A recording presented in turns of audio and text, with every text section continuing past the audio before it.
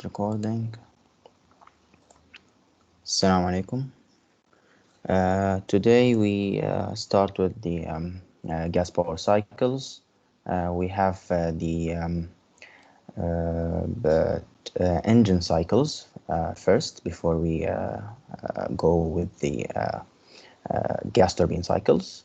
We have essentially the Otto cycle or the gasoline cycle, the diesel cycle, and the dual cycle, which uses a combination of both. Okay, I will start first with the Otto cycle. So we have an ideal Otto cycle that has a compression ratio of 8. The compression ratio is the ratio between the highest pressure in the cycle and the lowest pressure in the cycle. So we have here one thing, which is the compression ratio. Our compression equal to V1, which is the highest pressure in the cycle, or the highest volume in the cycle, sorry, over V here. This is V1, this is V2, this is V3, okay, and this is V4, okay, so over V3, and it is also equal to V1 over V2. Since both of these processes occur in an isochronic manner, meaning that they have constant volume. Okay, this is an Otto cycle. And then we have at the beginning of the compression process, so here at the beginning of the compression process, we have air at 95 kilopascals, 95 kilopascals, and 278 Celsius, so we have to convert it to Kelvins. 278 plus 273. Always convert to Kelvins when you are dealing with air cycles. And then we have 750 kilojoule per kilogram, which is the heat that's transferred to the air during the constant volume heat addition. Okay, so the constant volume heat addition, which is here, the combustion process, we can also call it the constant volume heat addition. Okay, we have 750 kilojoule per kilogram amount of heat added. And here we have the heat rejected, of course, which is Q out. Okay, and here we have the isentropic compression, here, this one, and here's the isentropic expansion. Okay, taking into account the variation of specific heats with temperature. So specific heats are changing with temperature, meaning that we have to use the standard air assumption.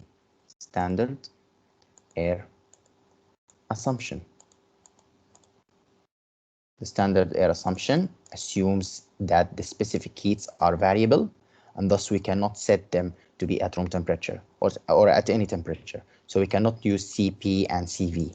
Okay, in the approximation that we use for Q equal to Cv delta T, we cannot use this approximation anymore because Cv is changing with the temperature. Okay, this is one of the assumptions that are used in solving air cycles, okay, or engine cycles. Now, we want to determine the pressure and the temperature at the end of the heat addition process. So here, this is the end of the heat addition process. You have to memorize the points that the cycle undergoes, okay, the general points. So point 1 is the start, point 2 is after the compression ends, point 3 is at the heat addition process, point 4 is now the expansion the expansion process, and now from 4 to 1 is the heat release process, okay, or heat rejection process. So we need to know the pressure and the temperature at the end of the heat addition process, which are here, temperature 3 and pressure 3. We also need to know the net work output, okay, work net, and the net work output is Qn minus Q out. Okay, this is the net work output. The thermal efficiency of the cycle,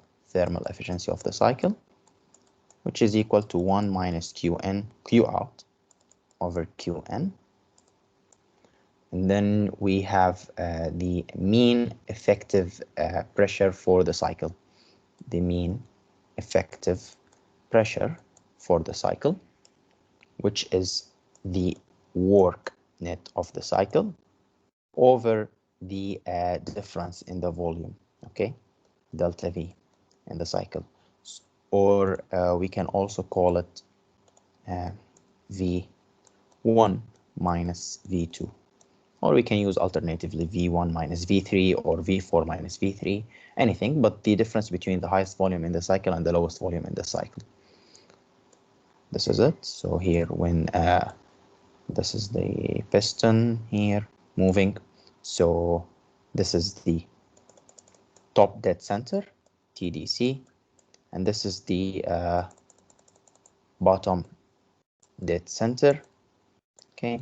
So when the piston is here, this is the amount of volume, okay, or the amount of air that is enclosed when the piston is at the bottom dead center, which is V1, okay. And when the piston is at the top dead center, then this is the amount of air that's enclosed inside, which is V2, or the lowest volume in the cycle. So let's start solving, okay.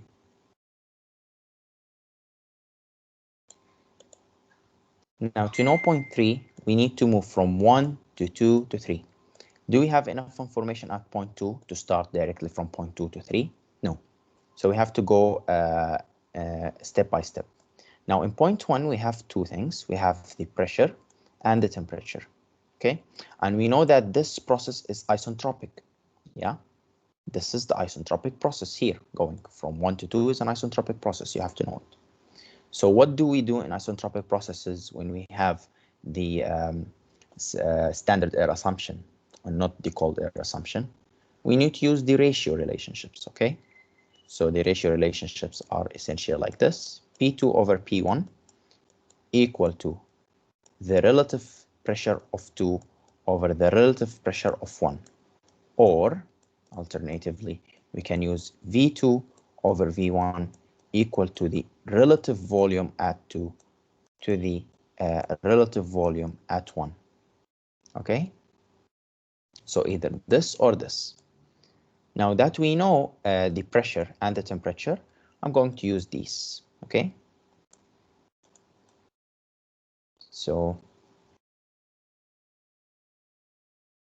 and also not forget to calculate the H at each point, because we will need these H's, okay, to calculate the thermal efficiency of the cycle, yeah, because we need the amount of heats added and heats rejected, and we cannot use the CV and the CP. We need to use the actual H's that we have.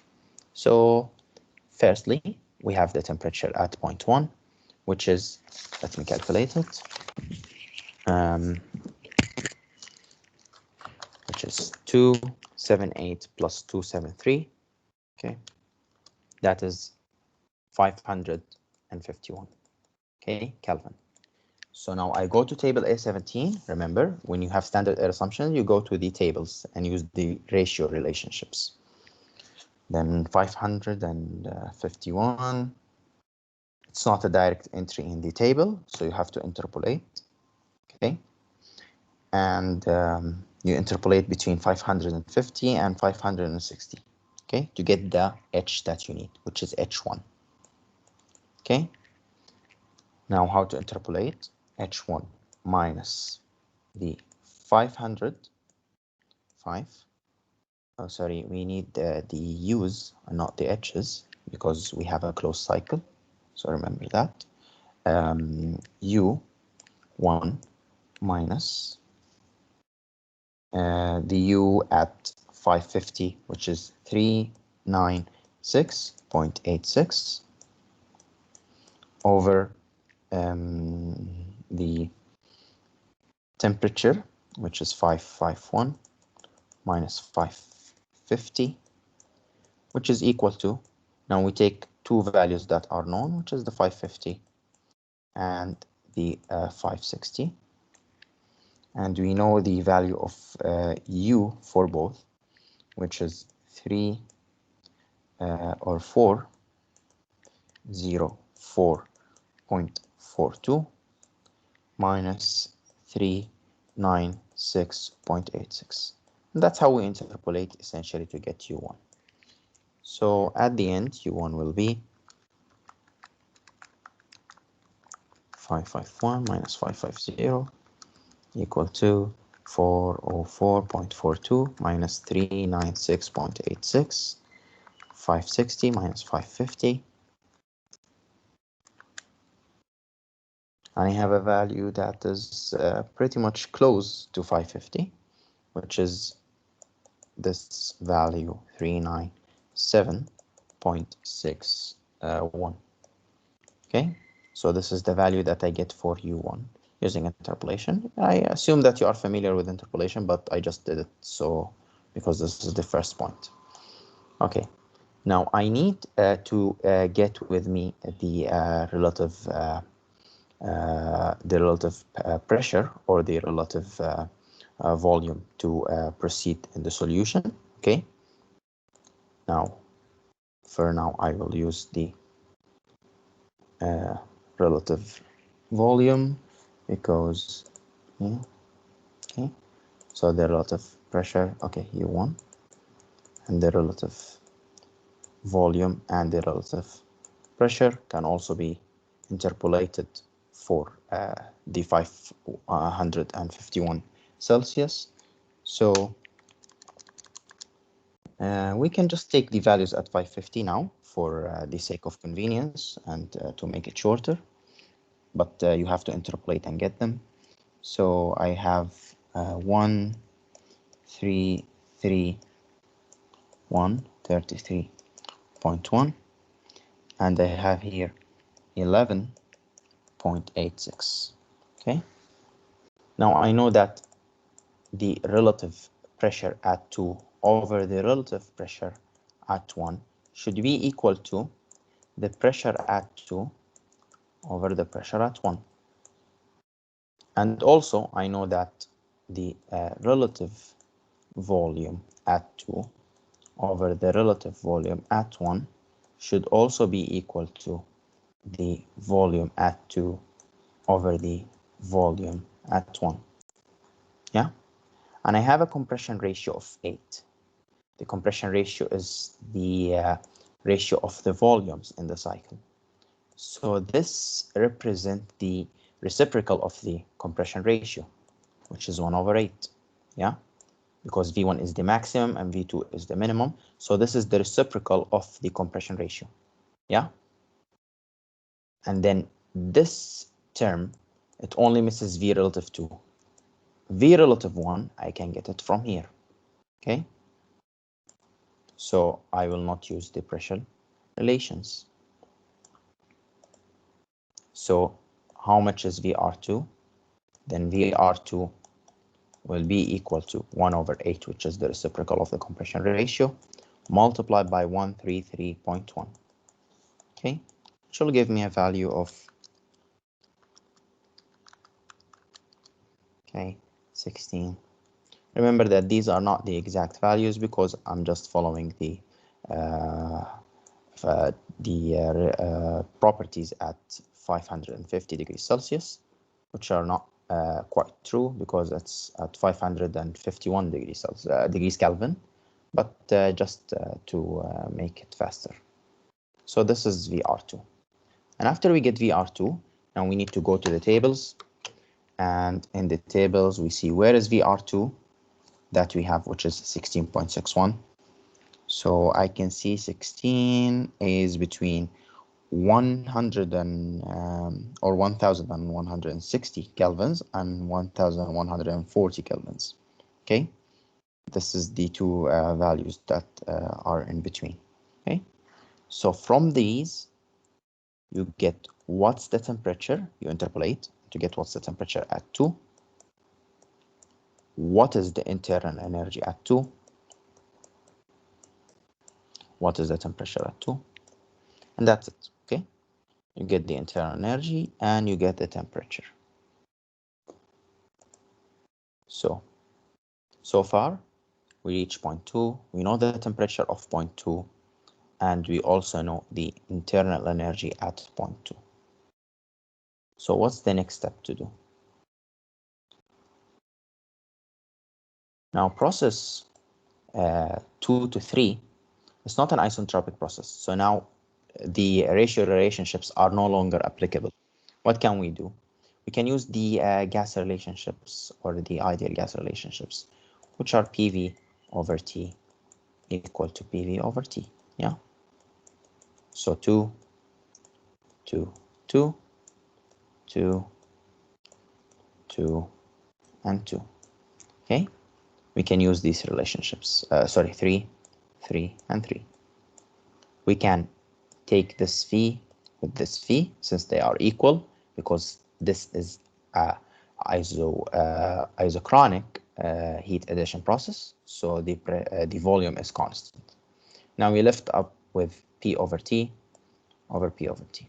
Yeah, we know what's the temperature at point 2, but we don't know the pressure at point 2, and we also don't know the pressure at point 3, and we don't know the temperature at point 3.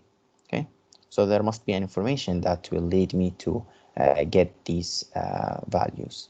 Okay, so I know that the heat addition is 750 kilojoules per kilogram, meaning that the heat addition in this process, which is Qn, which is equal to U, okay, U, remember, because we have a closed system, air cycles are all closed system, okay, the one with the engine, okay, not the one with the steam turbine.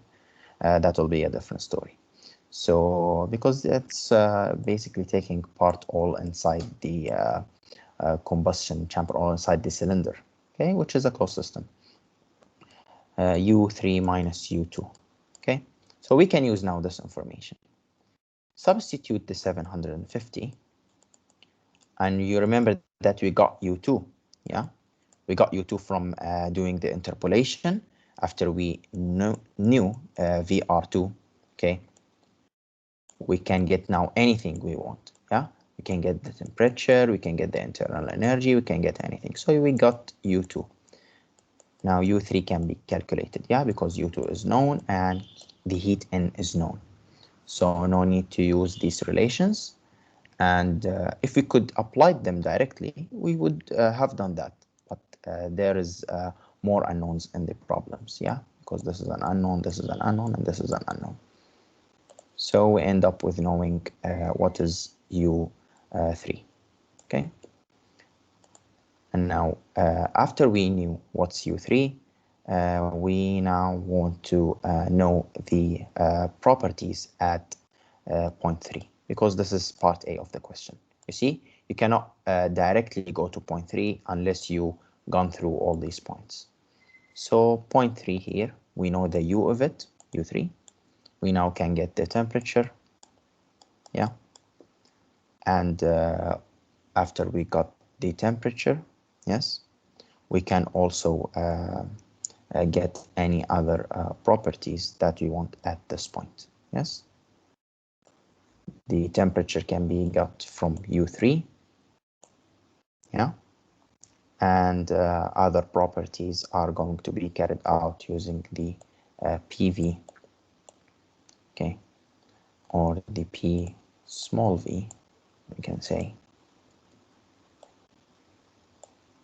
equal to RT, okay. So this is how we are going to evaluate it. We now know the temperature at 3 because we got it from the U, from the tables, okay, we interpolated. And we know the R of the air beforehand, which is 0.287, okay, kilojoules per kilograms dot Kelvin, okay. And we don't know the pressure. We want to find the pressure, okay, because they need the pressure and the temperature at the end of the heat addition, okay. We don't know the volume also. So from where we can get the volume? We know that the volume 3 is equal to volume 2, yes, and we know the compression ratio between volume 1 and volume 2, okay, which is also the compression ratio between volume 1 and volume 3. So what can we do? Let us get volume 1 here from the beginning. At the beginning, we didn't know that we have to get volume 1. But then later on, we realized that we need volume 1. So volume 1 is easy because you have the pressure and the temperature. So get volume 1. Volume 1 will be equal to specific volume because I'm not using mass here. So it is RT over P. Okay, of course, 1 and 1. After you get volume 1, yeah, now remember that volume 1 over volume 3 is the compression ratio, which is 8. So to get V3, you have to divide volume 1 by 8. Okay, and now you know V3. So just calculate pressure at 3, and now you solve part A. Okay, so part A now is solved.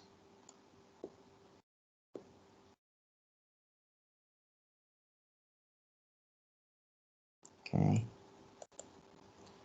Now, the network output. The network output requires us knowing the Qin and the Qout.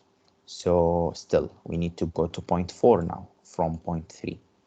Now, this process again is isentropic. Yeah.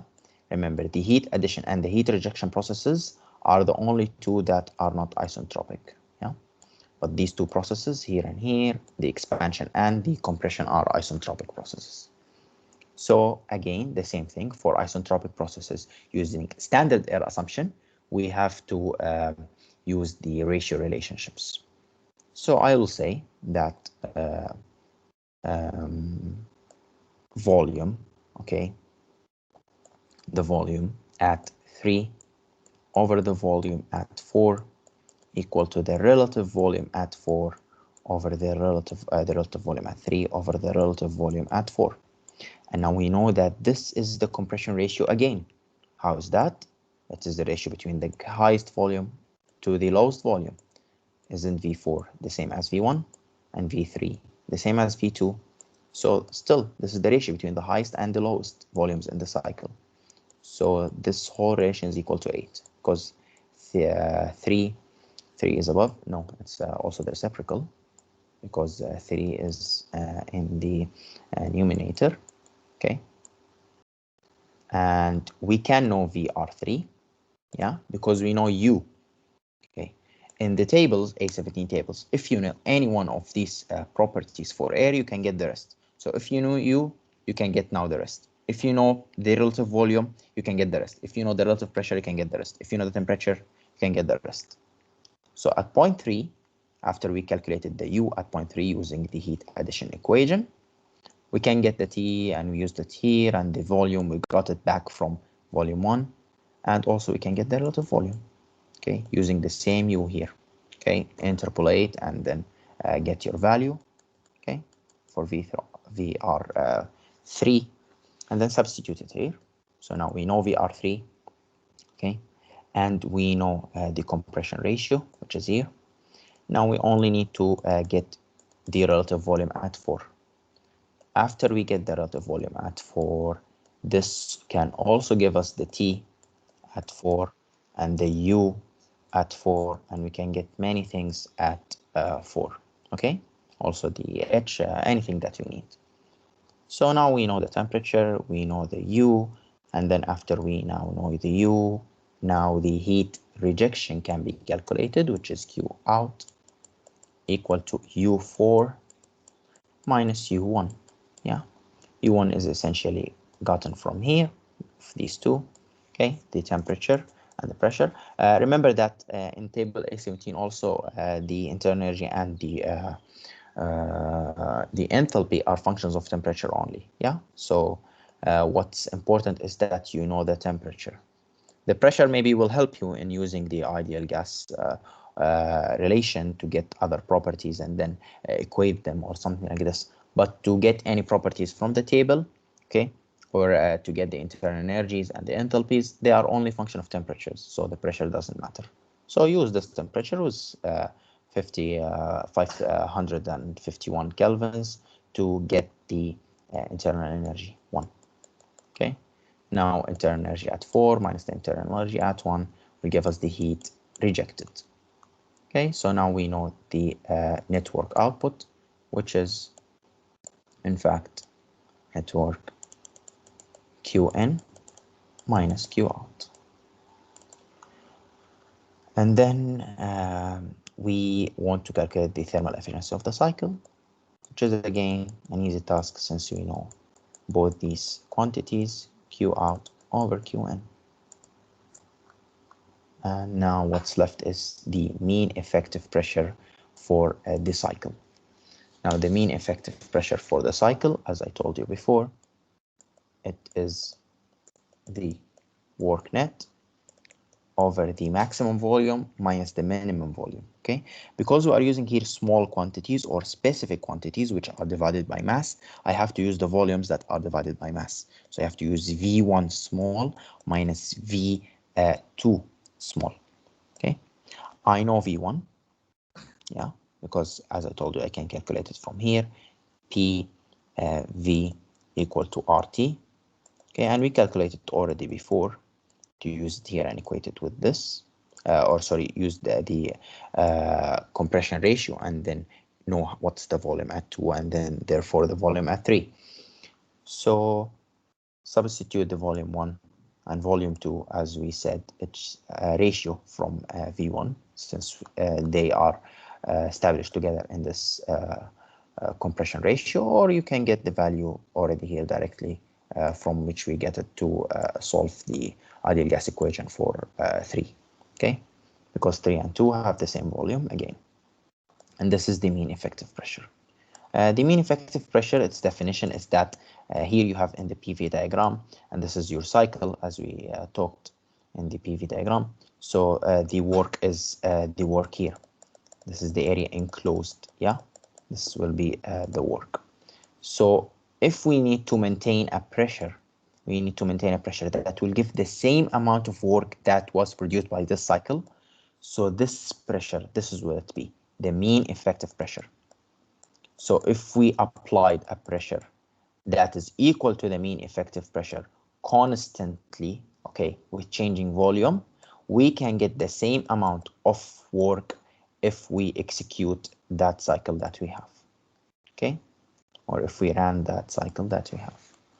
Yeah, so, and the last thing is that compare the cycle performance with a Carnot cycle operating between the two temperature limits.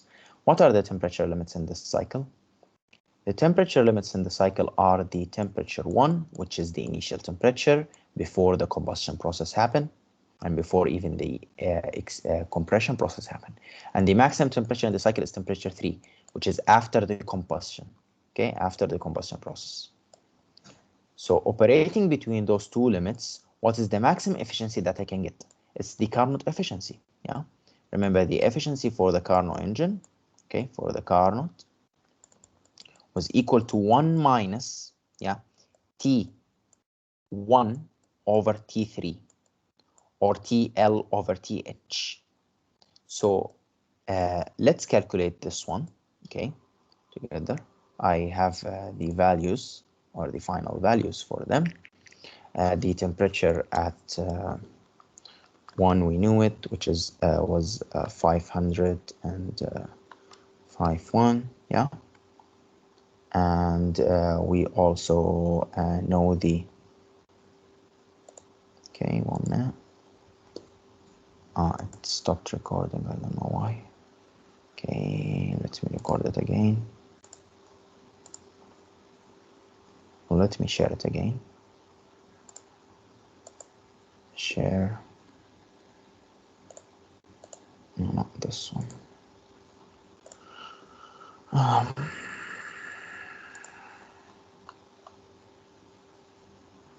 Okay, this is it. This is the document that I want to share.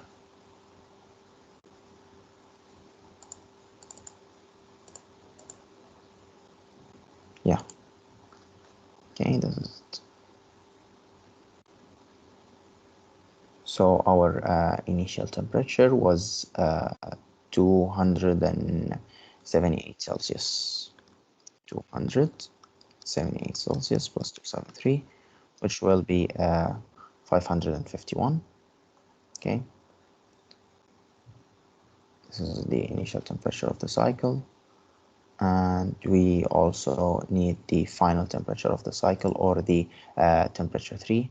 I couldn't find it, but anyways, you are going to substitute them, and then you will get the current efficiency, or the current cycle efficiency. Now, what you will expect here is that the Carnot cycle efficiency will be much higher than the thermal efficiency that you got, because the Carnot cycle efficiency is the reversible one. Yeah. And if you want to get the second law efficiency also to measure your performance of the cycle, so the second law efficiency will be equal to the efficiency of your thermal or your heat engine over the Carnot thermal efficiency. Okay, this is also a way to evaluate the performance, not just by comparison, but by getting this ratio, which is the second law efficiency, which will show you how much you are far from the reversible cycle, which is the one that will give the maximum output work. Okay, and now I think that's it with the standard error assumption. Standard error assumption, remember that you cannot use the TPK relationships. You can only use tables A17, and you have to go step by step, see which process is isentropic. You use the tables when the process is isentropic, but when the process is not an isentropic one, you have to use either the gas relationships or the ideal gas relationship, or then you have to see if there is any information provided in the question that will help you to proceed in the solution. Yeah. So in this case, the information that we had was the 750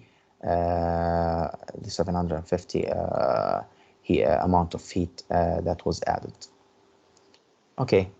Now, second thing is that this cycle, okay, a 4-cylinder 2-stroke 2.4 liter diesel engine that operates on an ideal diesel cycle, and that has a compression ratio of 22 and a cutoff ratio of 1.8. Air is at 708 degrees Celsius and 97 kilopascals at the beginning of the compression process, using the cold air standard assumption. So now we know that our assumption is cold air standard assumption.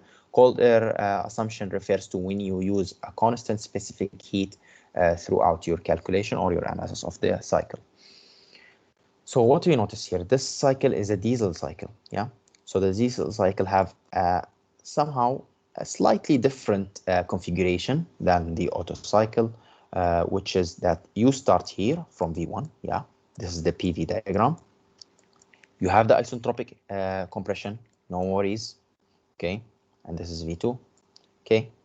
And then you have the process of the heat addition, okay? The process of the heat addition takes place in a constant pressure manner, yeah? So instead of it being in a constant volume manner, it will take place in a constant pressure manner, the process of the heat addition. So this is V3, okay? And now this will be V4. This process will also be an isentropic expansion, no worries. And now this one is an isochronic heat rejection, okay? So the heat rejection process is the same, compression process is the same, expansion process is the same. The only difference is that in the heat addition process. And why is that? This is in simple terms, because when you have a gasoline cycle, okay, you know the spark plug will ignite when the piston approaches the top dead center, okay? The spark plug will ignite, and then you will have the combustion. So in this combustion process, the volume will be constant, yeah? But when we have a diesel cycle, we don't have a spark plug. The diesel will auto-ignite, okay? Diesel will auto-ignite. So when the diesel auto-ignites, yeah, we see that the piston moves now slowly, emulating the piston cylinder problem that we had in closed systems, yeah? That process that when the piston is moving slowly in a quasi-static manner, we have constant pressure process. Okay, so that's essentially why the gasoline cycle or the combustion in the gasoline cycle is simulated as a constant pressure process and not a constant volume process. Okay, because it's not a forced combustion, it's a self-combustion that happens because of the gasoline reaching its self-ignition temperature. Okay, and it's worth mentioning that this process, okay, to get the heat addition in this process, you need to use H's instead of U's. The derivation of this thing was done in chapter 4 in thermodynamics. I think you remember it, but it's just that you use H's instead of U's. The H's are coming from the boundary work, because you know U, okay, plus PV. PV was the boundary work, okay, from the piston, will give you H. So now you use H's and not U's, okay, even though it's a closed cycle, but because you have this additional boundary work. But just for this process, okay, for other processes you use they use. Okay, so now what we need to do, we need to calculate the power of the engine, which will deliver at this RPM. Okay, so we need to make use of these things that he is giving us in the problem. Now the 2.4 liters, okay, is the capacity of the engine, or we call it in Arabic سعة المحرك. The 2.4 liters is not the volume at 0.1.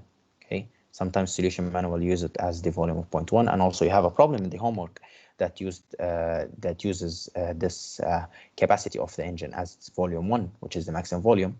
But this is not correct, because the capacity of the engine,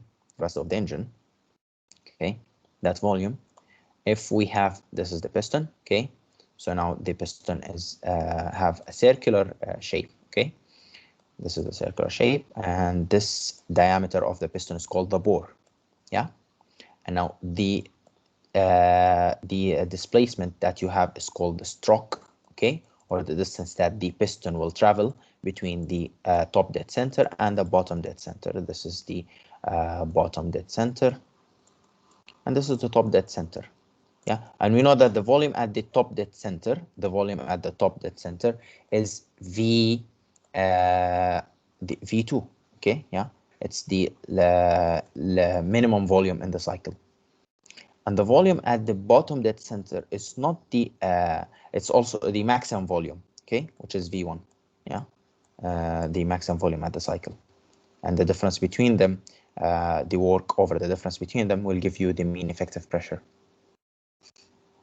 But the capacity of the engine, is measured like this. You have this distance, which is the travel, multiplied by the area of the circular shape of the piston, okay, which is pi the bore squared over 4 times the stroke. Okay, this will give us the volume, but this volume is the only here, this volume, the volume that will travel. This is the capacity of the engine. That's how it's measured. Yeah, so it is not the volume that is enclosed from here, yeah, okay, from here to there, to the end. No, it's only the volume between the top dead and the bottom dead center. So you have to use an equation to get what is the volume at 1. Okay, don't do like the solution manual, assume that this is the volume at 1. No, this is not the maximum volume in the cycle. This is the volume that the cycle will enclose, okay, or displace from going back and forth, okay, in each cycle. So how can we do that? We have here the compression ratio. So the compression ratio is this 22, okay, equal the ratio between V1 and V2. That's correct, yeah. But how can we do it using this 2.4? Yeah, what you can do, you can say that it is equal to the displacement volume, okay, the maximum, plus the clearance volume, the volume that you left here, the clearance volume, over the clearance volume. Yeah, we said that the clearance volume is V2, but the volume 1 is the total volume, which is displaced plus the clearance. And now this one, the engine capacity, is the displaced volume, which is 2.4 liters times 10 to the power minus 3, because we want meters cubed. Now we can get the clearance volume, okay, which is V2. And if you want V1, then we can add VD plus VC.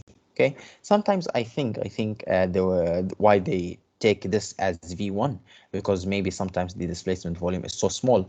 But don't get this practice. Okay. Always practice it like this. Okay. And solve every problem using this. Okay. Even the homework problem that you are having for this chapter. Yes. So this is the first step, 22, which is the compression ratio. And now we know the displacement volume or the engine capacity, and VC will be calculated. Therefore, VC will be equal to V2. Yeah. So now we have something called the cutoff ratio. And the meaning of the cutoff ratio is the amount of volume that was added when we had the heat addition process. Because before, when we done the heat addition process, sorry, I did the cycle, but before, when we did the heat addition process, we had a constant volume process, isochronic process. But now in the heat addition process, we have a constant pressure process, no more, and the volume is changing. So this is the cutoff ratio. It's the amount of volume, or it's the ratio of the volume that will be added in the heat addition process. So it is just a part of the total compression ratio. So it's the compression ratio, we can say, from here to here only. Okay, now we will go step by step to know the work, because the work needs Q in minus Q out. Yes, and so we need O to solve the cycle as a whole, okay, to get the work. At point 1, I know everything. I know the temperature and I know the pressure. And now this process is isentropic. And because this process is isentropic, I can use the isentropic relations. For cold air assumption, the isentropic relations are the TPK relationships and not the pressure ratios and the volume ratios using from or obtained from table A17. So what are the TPK relations? They are 3 relations, simple ones, but please be careful with the exponents for each one, because they have different exponents and the difference is so small that sometimes you can miss them. K minus 1 for this one, okay? The relation between the temperature and the volume. And if the relation was between the temperature and the pressure, okay, so we change the pressure to be pressure 2 here, and here pressure 1, okay? And this one will be K minus 1 over K. Or we can keep them pressure 1 over pressure 2 and then flip the power here, okay? So be careful. And if we have a final relation between the volume and the pressure, and that relation is V1 over V2, pressure 2 over pressure 1, correct? But now the power will be with the V, and it will be to the power K. Okay, you know what's K? K is the Cp over Cv, okay, which we take to be 1.44 cold air assumption, because he didn't tell us at what temperature to do this cold air assumption. Maybe he say take everything to be constant at 1000 Kelvin. Okay, so we will use the Cp at 1000 Kelvin, the Cv at 1000 Kelvin, the K at 1000 Kelvin, but he didn't specify anything. So we'll use the properties at the room temperature. Okay, and at the room temperature, we have K to be 1.4. You can go and check that in table A2. You can find the temperature. Okay, I guess here, temperature 300. Then you will see the Cp, it's 1.005, and the Cv is 0.718. The K is 1.4 at the room temperature. Okay, what we have also, yeah, so these are the TPK relationships. Now, process 1 to 2 is an isentropic process. We have the pressure we set, and we have the temperature. Okay, at point 2, we don't have neither the pressure or the temperature, but we know something important. We know the compression ratio, okay? And you used it before to get V2, which is the clearance volume, yeah? So we know the clearance volume, which is the volume here, yeah? So we can get the volume here, okay? We can get the volume here. As I told you, V1 will be the displacement volume which is the engine capacity plus the clearance volume. The engine capacity plus the clearance volume is V1. And then now use the TPK relation that relates volume to temperature. Yeah, because we now want to know the temperature of point 2. So temperature of point 2 over temperature of point 1 is going to be equal to the volume of point 1 over the volume of point 2. Okay, and now look at this. Even if you didn't calculate the volumes, this one is already reduced to the compression ratio, which is 22. Okay, but it's fine, we calculated them already. K minus 1, which is the K now will be 1.4, and I know the compression ratio, which is this one, 22, and now I know T1, then what's left only is T2. So T2 is calculated, done. Now, what we need to go from V2 to V3. This is no isentropic process. Non-isentropic processes, we don't go through them by this way, okay? By using the TPK relations. These are only exclusive for the isentropic processes. So from V2 to V3, we are going to use the ideal gas relations. Ideal gas relations for us now, they will be PV, okay, PV over T equal to PV over T. Yeah, and we can cancel the P's because the pressure is constant here, but we need to know some properties. Okay, we know V3. Yeah, sorry, we know V2. Okay, from here. Okay, and also from the 22, the compression ratio, and then we got the clearance volume, if you remember. And we also knew temperature to just add the step before that, and we know but we don't know temperature 3 and volume 3. Okay, so what can we do? We can make use of the cutoff ratio. Remember, I told you that the cutoff ratio is just part of the total compression ratio. It's the volume ratio from here to here, from V2 to V3. Okay, so now we can rearrange them to divide V3 by V2 or V2 by V3. But just we want to make use of this cut-off ratio. How to make use of it? We can rearrange this equation. We can just divide by V and divide by T at the same time. Okay, so divide by V2 and divide by T3 at the same time. So after rearranging, we get T3 over T2, okay, because I divided by T3, and I also divided by V2, equal to V3 over V2. This is the relation that I can get.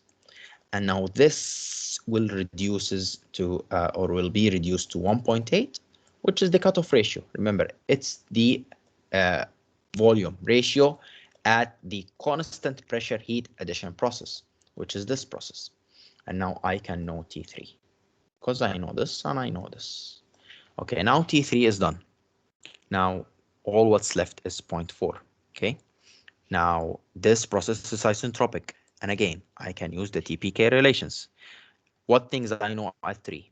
I know the temperature at 3. Yes, but I didn't know the volume. I don't know the volume at 3. Okay, I don't know the pressure at 3, but I can calculate it. You know how? Because I know the temperature at 2. Yeah, and I know also the volume at 2, which is the clearance volume. Knowing the temperature and the volume at point 2 will allow me to know the pressure at point 2. How? PV equal to RT. Remember? Of course, it's V small. Yeah, so don't forget that. V small. Okay. PV equal to RT. Okay, PV small, or we can also calculate the M if you want from point 1, because at point 1 we know everything, and we can calculate M, okay, which is RT over PV, okay, or sorry, PV over RT, but and then multiply by M to get the V capital, but it doesn't matter here actually. So we know R, we know temperature of point 2, we know the volume of point 2, which is the clearance volume, and now we can get the pressure at point 2, which is in fact the same pressure at point 3, because this process is constant pressure process. And because this one is constant pressure process, then now here we earned P3. with us. Now going back to the relations that we said that we are going to be using between 3 and 4, the TPK relations. Remember that now we have at 3, we know the temperature, we know the pressure, and at point 4, we just know the volume because this is a constant volume process.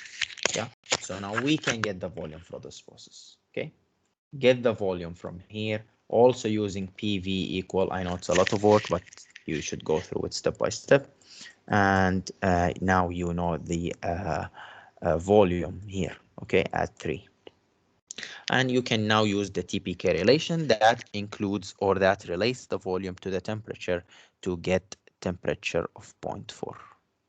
Yes, temperature of 0.4 over temperature of 0.3 will be equal to volume of 3 over volume of 4, K minus 1.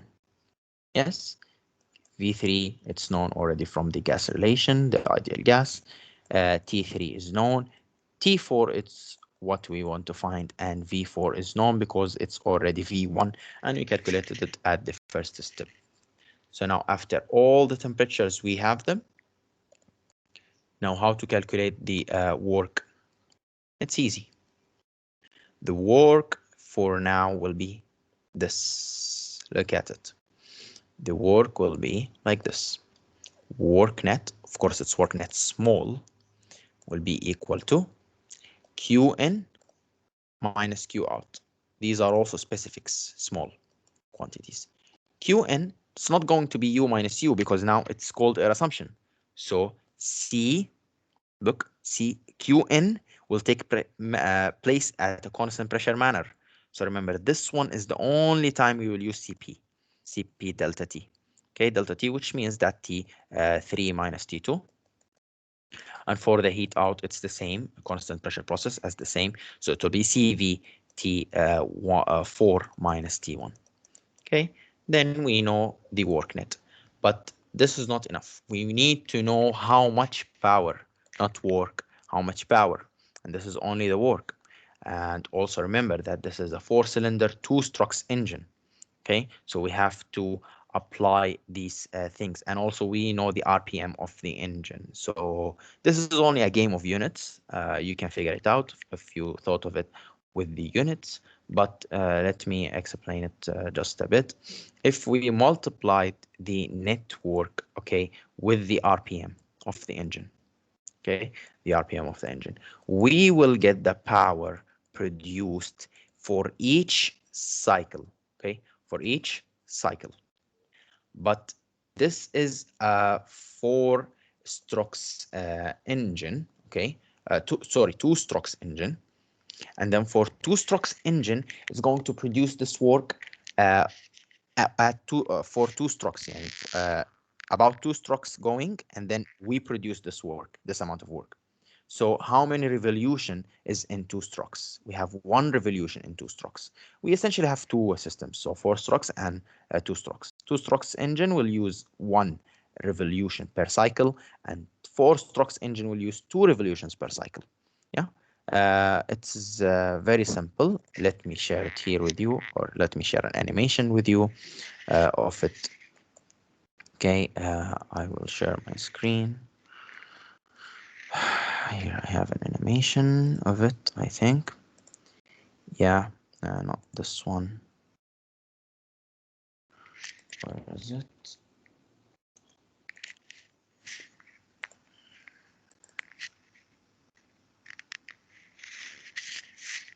Yes. Okay, so this is an animation of a 4-stroke engine. So now you go, it goes, and then comes up, and it goes, and it comes up. And that's how you produce 4-strokes engine, okay? So it needs 4 strokes to complete the cycle, okay? So a 1-stroke, it's a 1 travel. So it will go and then come back, and it will go and come back. Okay, this is a 4-strokes engine. So 4-strokes engine completes 2 revolutions. Yeah, because going back and forth is 1 revolution, and going back and forth is 2 revolutions. So 4 strokes engine will do 4 revolutions, and 2 strokes engine will do 1 revolution. So in this problem, we have 2 strokes engine, which is 1 revolution. So we are going to divide by 1, only divide by 1, which is the revolutions per cycle. Okay, remember, and the n dot, which is the RPM, it represents the revolutions per seconds. Okay, so we cancel revolutions by revolutions, and remember, this is the work per cycle. Yeah, the work per cycle, the work per 1 cycle, because we initially computed it for 1 cycle. So the same thing, cycle will go with cycle, and then you will end up with only the work, okay, which is joule per seconds, which here will be watts.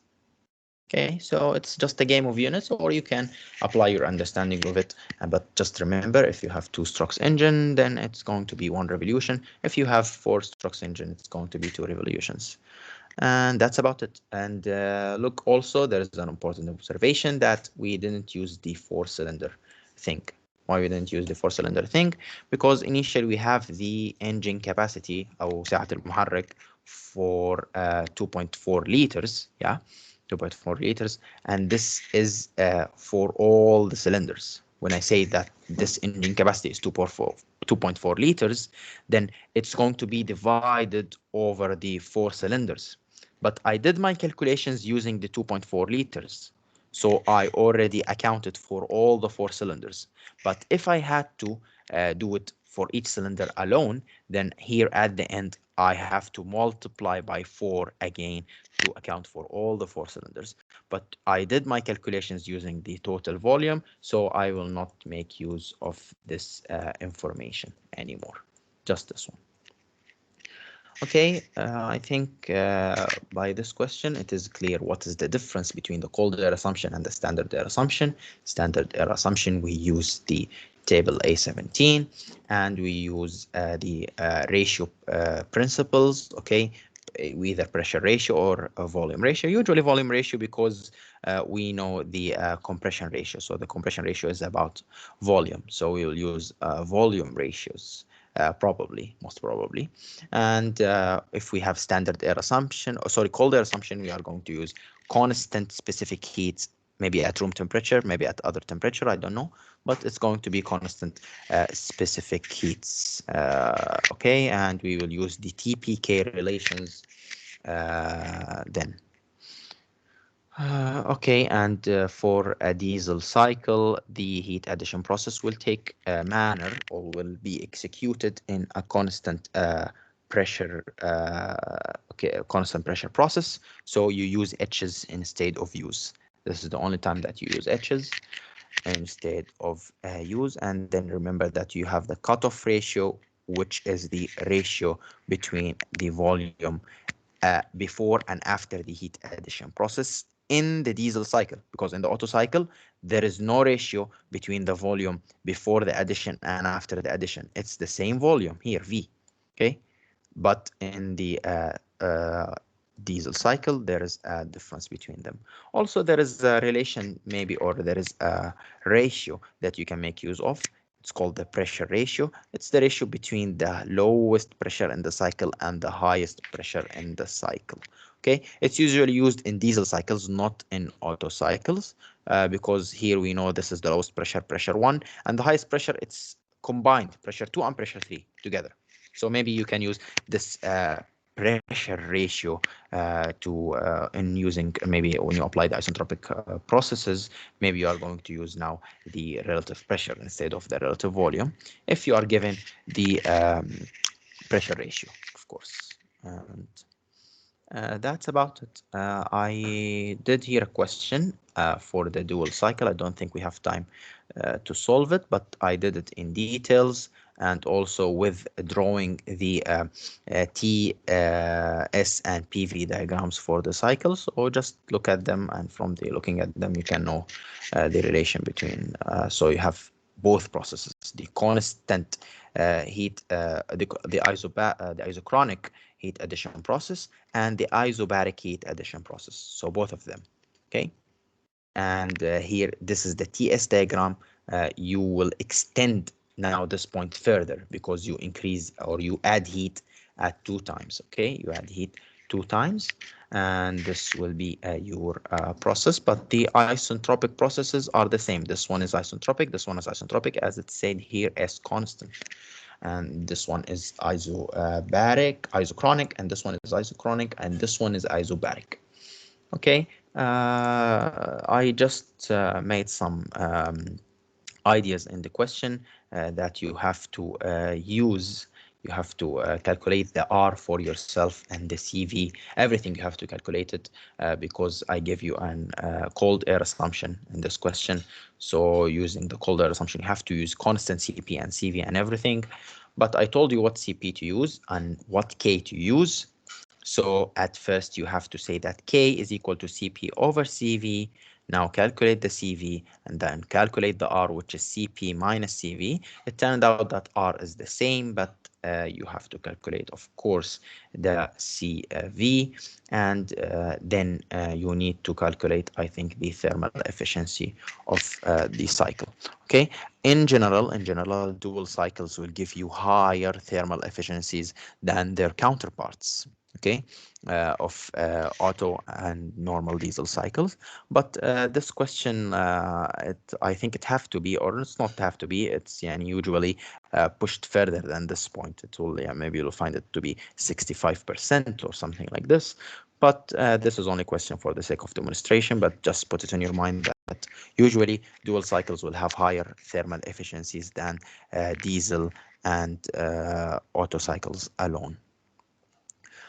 Okay, and also when you calculate the thermal efficiency for cold air cycles, there is constant equations that are established from the ratios, the pressure ratio, the cutoff ratio, and the compression ratio, if they are there.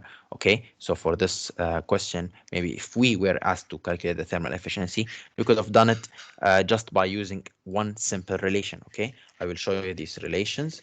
Okay, here. The cold air Otto cycle efficiency,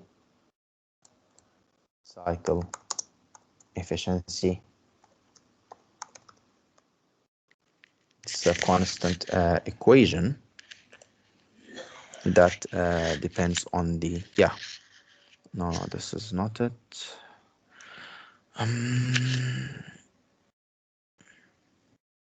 Yeah, here you'll find it.